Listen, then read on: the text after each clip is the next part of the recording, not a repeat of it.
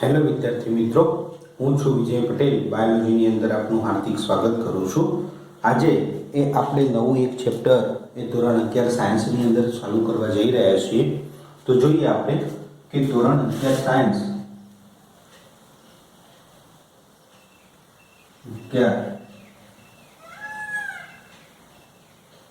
Science સપુષ્પીય વનસ્પતિઓમાં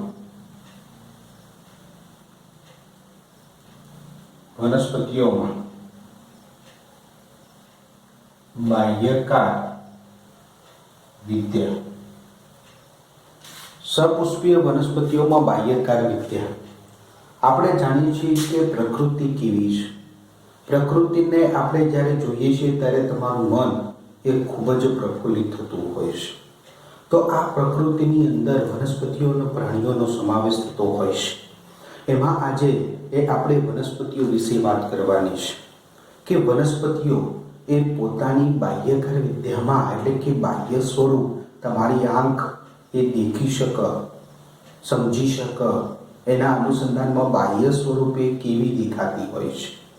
એટલે કે વનસ્પતિના મહત્વના 3 ભાગો, એનું મૂળ, એનું પ્રકાંડ, એનું પર્ણ, એ કેવી રીતે ગોઠવાયેલું હોય છે, કેવું હોય છે. આપણે જાણીએ છીએ કે દરેક વનસ્પતિનું મૂળ, પ્રકાંડ અને પર્ણ એ તમને ડિફરન્ટ જોવા મળતું હોય છે, અલગ અલગ જોવા મળે છે. તો એના અનુસંધાનમાં આપણે આ ચેપ્ટરની રૂપરેખા છે. તો વધુ સમય ન બગાડતો આપણે સીધા જ પોઈન્ટ ઉપર આવીએ કે બાહ્યકાર વિદ્યાની અંદર સપુષ્પીય વનસ્પતિઓ મીન્સ જે વનસ્પતિઓ પુષ્પ સર્જન કરી શકે છે. તો એના અનુસંધાનમાં એ સપુષ્પીય શબ્દ વાપરેલો છે. તો એમની મોર્ફોલોજી, બાહ્યકાર વિદ્યા કેવી હોય છે, તો એનો મહત્વનો પોઈન્ટ પહેલો આપણે લઈએ કે મૂળ તંત્ર.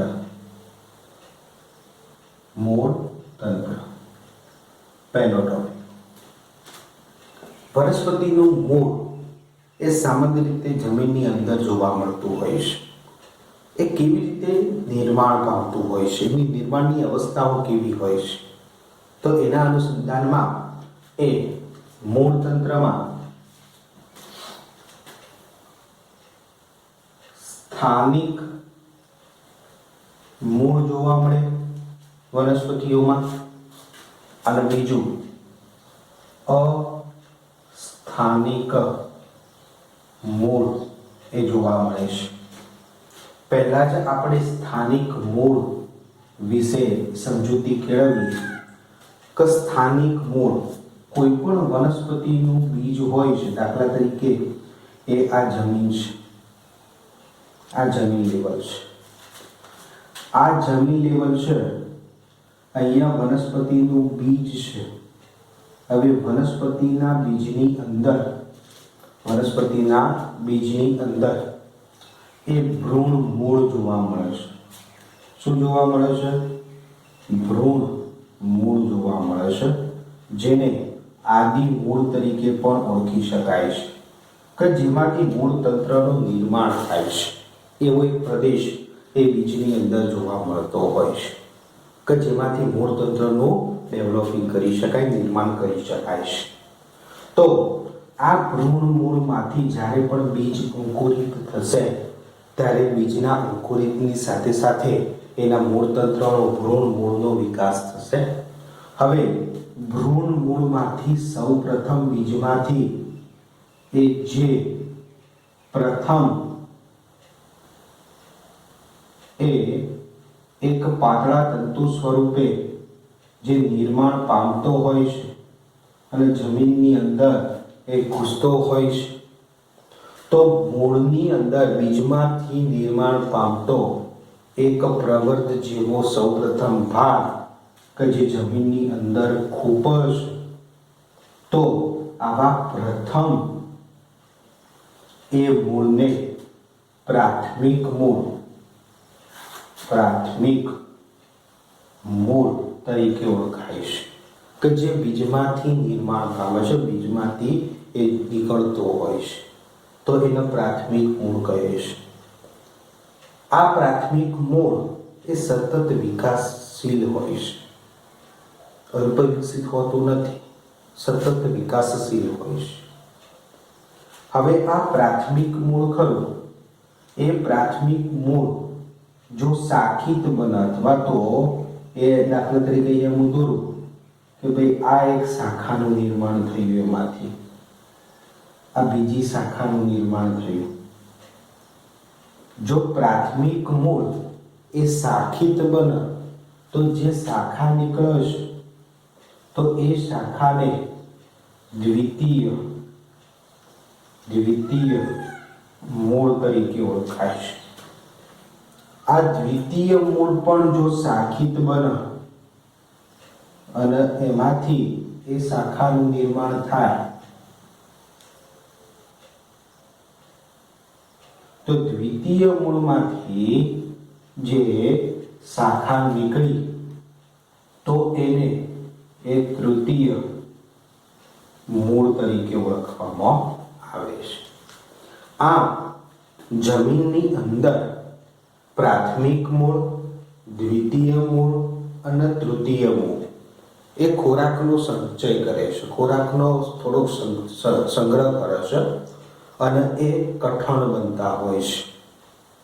અને કઠણ સ્વરૂપ ધારણ કરે છે તો એના અનુસંધાનમાં એ પ્રાથમિક, દ્વિતીય અને તૃતીય મૂળ તંત્ર એક સોટી, આપણે આવે છે કડક સોટી, તો કડક સોટી જેવું મૂળ તંત્રનું નિર્માણ થાય એટલે એને સોટીમય મૂળ તંત્ર તરીકે ઓળખવામાં આવે છે. બરોબર? તો આ પ્રકારની રચના જેને સોટીમય મૂળતંત્ર તરીકે ઓળખી શકાય છે.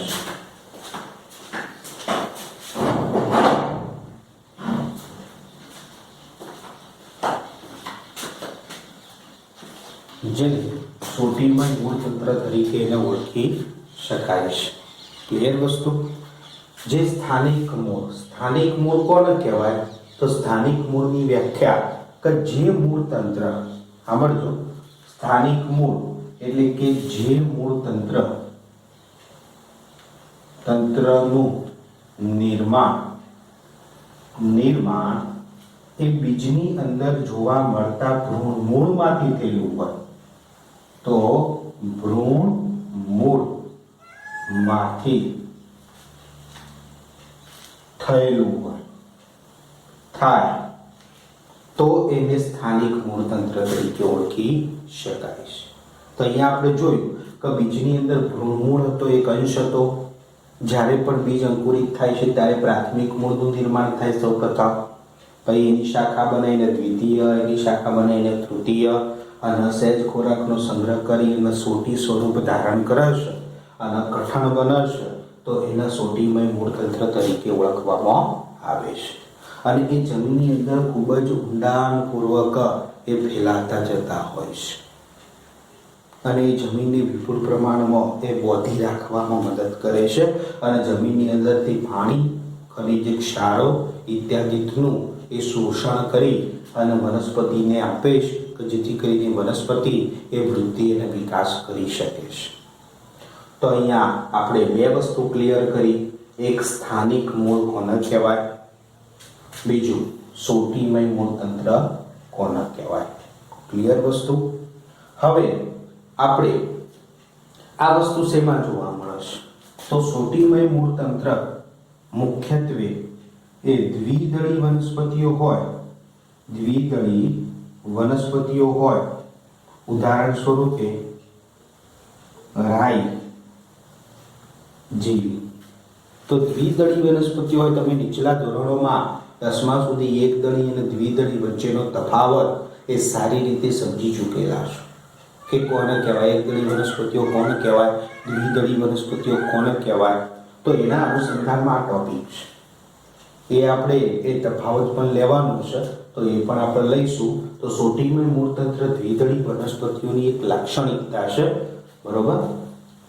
બીજું આપણે હવે અસ્થાનિક મૂળતંત્ર પછી જોઈશું, પણ અહીંયા એક સોટીમય મૂળતંત્ર જોયું તો હવે એક તંતુમય મૂળતંત્ર જોવાનું છે. તો તંતુમય મૂળતંત્ર શું છે એના અનુસંધાનમાં આપણે વાત કરીએ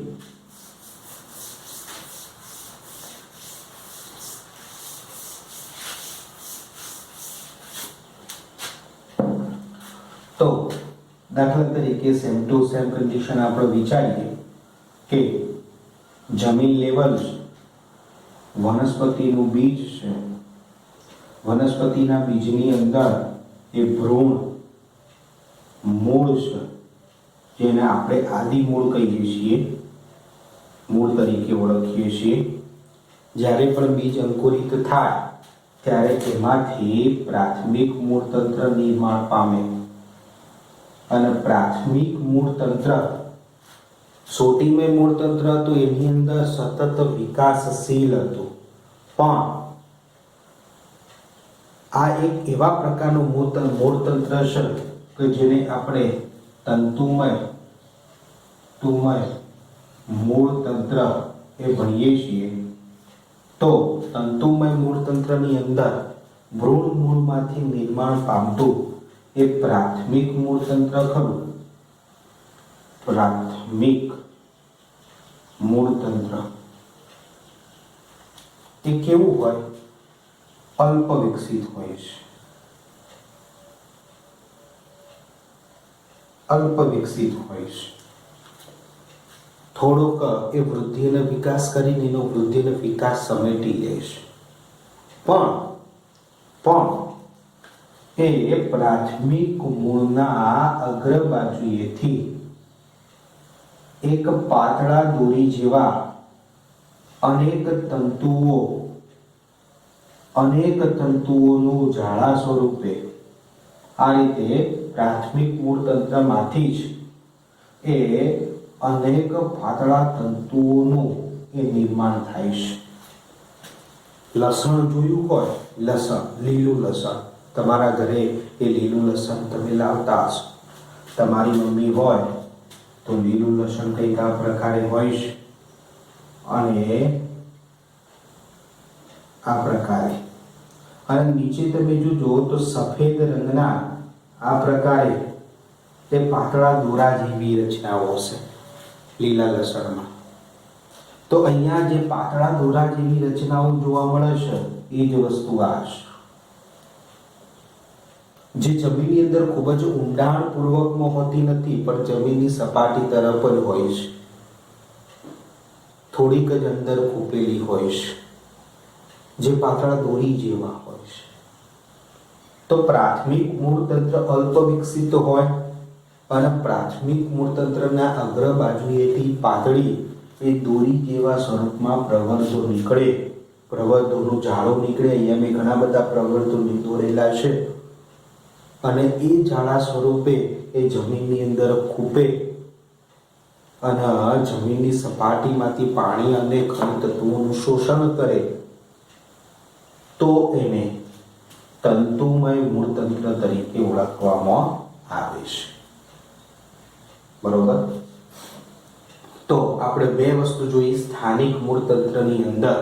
એ બે વસ્તુ, પહેલા સોટીમય મૂળતંત્ર જોયું અને તંતુમય મૂળતંત્ર જોયું. હવે આ તંતુમય મૂળતંત્ર એ શેમાં જોવા મળે છે?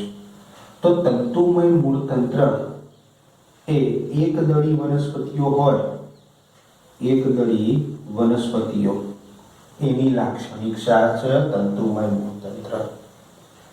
એકદળી વનસ્પતિનું આપણે ઉદાહરણ આપીએ તો ઘઉં જેવી વનસ્પતિઓ હોય તો એની અંદર તંતુમય મૂળતંત્ર જોવા મળે છે. ક્લિયર વસ્તુ? તો તમામ એકદળી વનસ્પતિઓમાં તંતુમય અને તમામ દ્વિદળી વનસ્પતિઓમાં સોટીમય મૂળતંત્ર જોઈ શકાય છે. ક્લિયર? તો આ સોટીમય અને તંતુમય મૂળતંત્રનો એ પ્રાથમિક ખ્યાલ હતો. હવે જોઈએ આપણે તો અહીંયા આપણે બતાવીએ સ્થાનિક મૂળતંત્ર કોને કહેવાય? જે મૂળતંત્રનું નિર્માણ ભ્રૂણ મૂળમાંથી થાય.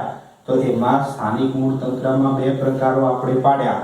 એક સોટીમય મૂળતંત્ર, મય મૂળતંત્ર અને તંતુમય મૂળતંત્ર. સોટીમય મૂળતંત્ર એ દ્વિદળી વનસ્પતિઓ ની લાક્ષણિકતા છે અને તંતુમય મૂળતંત્ર એકદળી વનસ્પતિની લાક્ષણિકતા છે ઉદાહરણ સ્વરૂપે રાઈ અને ઘઉં આ સ્થાનિક મૂળતંત્રના સંદર્ભમાં છે. હવે આપણે એ જોવાનું છે કે અસ્થાનિક મૂળતંત્ર એટલે શું. તો આ જે પણ સ્થાનિક મૂળતંત્રની વ્યાખ્યા છે એના અનુસંધાનમાં જ અસ્થાનિક મૂળતંત્રની વ્યાખ્યા એ આપણે જોઈએ તો જે મૂળતંત્ર નું નિર્માણ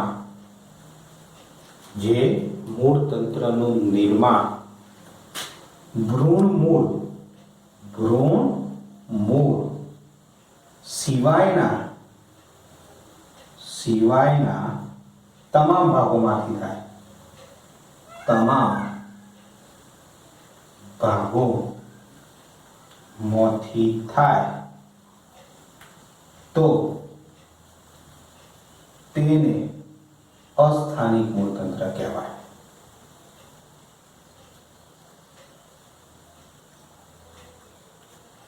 હવે વ્યાખ્યાની અંદર જોજો થોડુંક ભ્રૂણ મૂળ સિવાયના ભાગો એટલે કે બીજની અંદર જે ભ્રૂણ મૂળ હિસ્સો હોય કે જેમાંથી આપણે પ્રાથમિક મૂળતંત્રનું નિર્માણ થતું હતું તો અહીંયા એ ભ્રૂણ મૂળ સિવાયનો તમામ ભાગ એટલે કે જ્યારે પણ વનસ્પતિ ઉગશે અને ઉગ્યા પછી એનું પ્રકાંડનું નિર્માણ હશે તો પ્રકાંડની અંદર જોવા મળતી ગોઠવાળો વિસ્તાર, અંતર્ગોઠવાળો વિસ્તાર, કલિકા વગેરે જેવા ભાગોમાંથી એ મૂળતંત્રનું નિર્માણ થાય તો એને શું કહેવાય? અસ્થાનિક મૂળતંત્ર. એની રૂપરેખા જો સમજવી હોય તો પહેલા એ વનસ્પતિનો હોલ લાક્ષણિક વનસ્પતિની રચના એ સમજવી અત્યંત જરૂરી છે. તો અસ્થાનિક મૂળતંત્ર યાદ રાખજો, મેં વ્યાખ્યા કીધી અને શેમાંથી નિર્માણ પામે છે એ બરોબર. એ પહેલા આપણે એક લાક્ષણિક વનસ્પતિના છોડ વિશે અને એના તમામ ભાગો વિશે એ આપણે ઇન્ટ્રોડક્શન એ કેળવી લઈએ. એના પછી આપણે એ આને ફરીવાર એ રિપીટ કરીશું. ઓકે, તો ચલો આપણે જોઈએ છીએ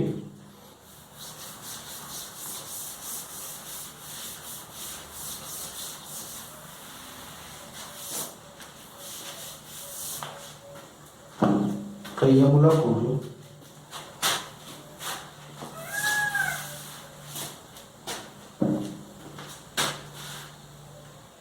લાક્ષણિક વનસ્પતિની રચના. લાક્ષણિક વનસ્પતિની રચના કોઈ પણ વનસ્પતિ હોય એના અનુસંધાનમાં એની અંદર કયા કયા ભાગો જોવા મળતા હોય તો વનસ્પતિ આ જમીન લેવલ છે, સિમ્પલ આપણે દોરીએ. બીજ હોય, આ બીજ જ્યારે અંકુરણ પામશ ત્યારે ભ્રૂણમૂળમાંથી એ નીચેની તરફ મૂળતંત્રનું નિર્માણ થાય તો આ મૂળતંત્ર છે.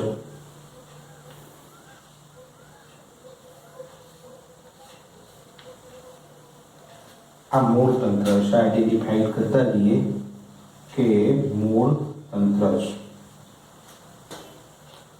હવે બીજમાંથી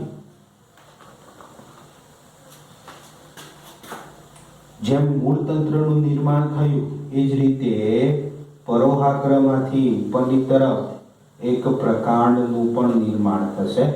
આ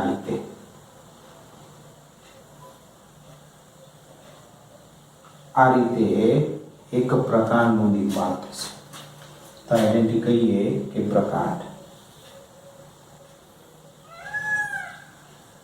પ્રકાંડની અંદર એક ગોઠ વાળો વિસ્તાર હશે. અમુક જગ્યાએ આ રીતે એક ફૂલેલી રચના જોવા મળતી હશે, કઠણ. તો આ ગોઠ વાળો વિસ્તાર છે. ગોઠવાળો વિસ્તાર છે. હવે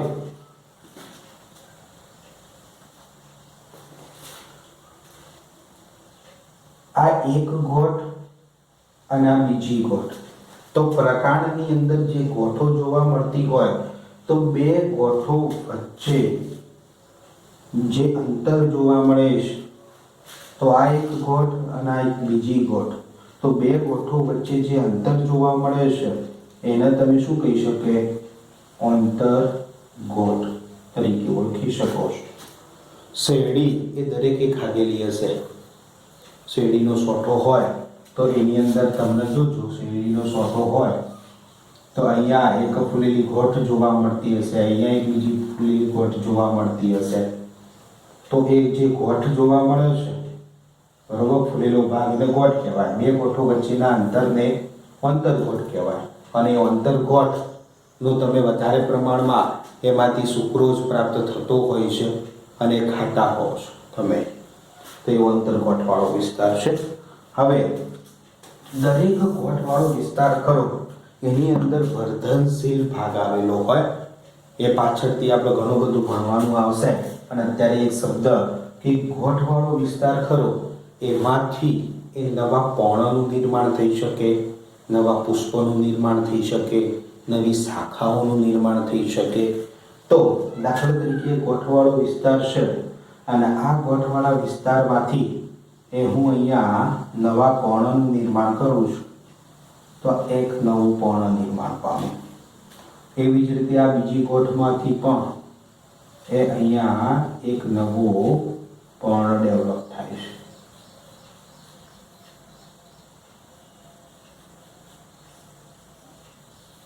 પર્ણ ડેવલપ થાય છે. તો આ પર્ણની રચના છે, આ પર્ણો છે. ગોઠવાળા વિસ્તારમાંથી એ પુષ્પનું પણ નિર્માણ થતું હોય છે. તો આ પુષ્પ છે. ગોઠવાળા વિસ્તારમાંથી એ પુષ્પનું પણ નિર્માણ થતું હોય છે. તો આ પુષ્પનું નિર્માણ છે.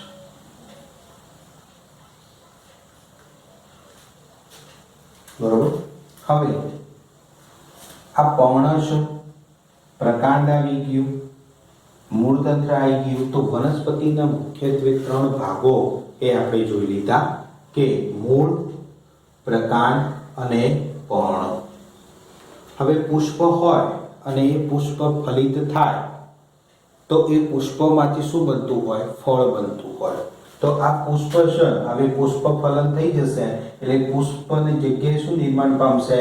પુષ્પમાંથી જ ફળનું નિર્માણ થશે. ક્લિયર? આ પર્ણ છે, તો એ પર્ણની રચના આપણે આ ચેપ્ટરની અંદર એ મૂળ, પ્રકાંડ અને પર્ણ વિશે જ ભણવાનું છે અને પુષ્પ વિશે. તો લાક્ષણિક પર્ણ કેવું હોય, પર્ણના ભાગો કયા છે એ પાછળથી આવશે, પણ આપણે એક લાક્ષણિક એ વનસ્પતિની રચનામાં શું શું હોય છે એના અનુસંધાનમાં અહીંયા વાત કરીએ. તો લાક્ષણિક મૂળ, પ્રકાંડ, પર્ણ, પુષ્પ જોવા મળતું હોય. તદુપરાંત હવે એક જોઈએ કે આ પ્રકાંડ છે, ધ્યાન આપજો ખાસ, આ પ્રકાંડ છે અને આ પર્ણ છે. તો પ્રકાંડ અને પર્ણ વચ્ચે આ લંબ રચાય છે, મેં વ્હાઈટ એ ચોથી એ તમને બતાવું છું કે આ લંબ રચાય છે. તો વચ્ચે જે ખૂણો પડે છે કે જ્યાંથી પર્ણ ડેવલપ થયેલું છે ત્યાં આગળ એક ફૂલેલો ભાગ જોવા મળે, અથવા તો એક નાજુક એ ભાગ જોવા મળતો હોય કે જેમાંથી નવા પર્ણનું પણ નિર્માણ થઈ શકે, નવી શાખાઓનું પણ નિર્માણ થઈ શકે, નવા પુષ્પનું, એવો સુષુપ્ત ભાગ, એવો સુષુપ્ત વર્ધનશીલ ભાગ કે જે ગમે ત્યારે એ વનસ્પતિમાં ડેવલપ થવાની ક્ષમતા બતાવે છે. તો એક એવો સુષુપ્ત ભાગ છે. તો દરેક એ ગોઠ અને પર્ણ ના લંબ વચ્ચે શું આવેલું હોય છે? સુષુપ્ત ભાગ આવેલો હોય છે, જે મેં વ્હાઈટ કલરથી બતાવ્યું એ. અને આ જે પણ ભાગ છે એને કક્ષ કલિકા તરીકે ઓળખાય. શું કહેવાય? કક્ષ કલિકા તરીકે ઓળખવામાં આવે છે. તો અહીંયા ઓવરઓલ એ આપણે અસ્થાનિક મૂળને સમજવા માટે એ કમ્પ્લીટ રચના ઉત્પન્ન કરેલી છે. તો અસ્થાનિક મૂળતંત્ર કોને કહેવાય? તો એના અનુસંધાનમાં અહીંયા ભ્રૂણ મૂળ છે. તો અસ્થાનિક મૂળતંત્રની વ્યાખ્યા શું હતી? ભ્રૂણ મૂળ સિવાયના તમામ ભાગોમાંથી એ શું થાય?